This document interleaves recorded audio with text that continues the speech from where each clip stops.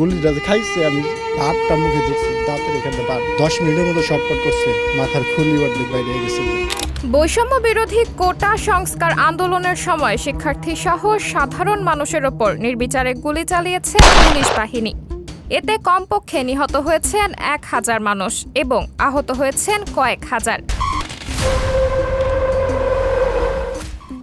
আজ বৃহস্পতিবার 5 সেপ্টেম্বর গুলি চালানোর ঘটনায় সরাসরি অংশ নেওয়া ও নেতৃত্ব দেওয়ার অভিযোগে পুলিশ সদস্যের বিরুদ্ধে অন্তত 276টি মামলা হয়েছে।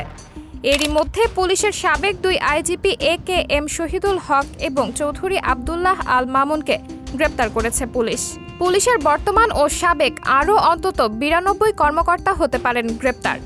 গ্রেপ্তারের তালিকায় টপ লিস্টে রয়েছেন বেশ কয়েকজন পুলিশ কর্মকর্তা।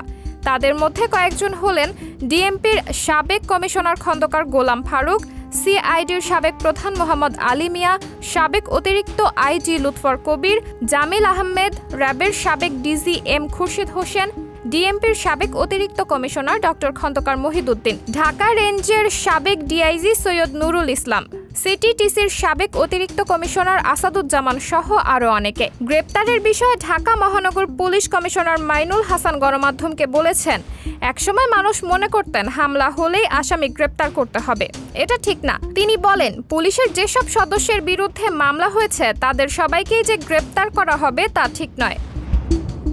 আমরা মামলার অভিযোগগুলো নিয়ে পর্যালোচনা করছি, প্রাথমিক তদন্ত চালাচ্ছি।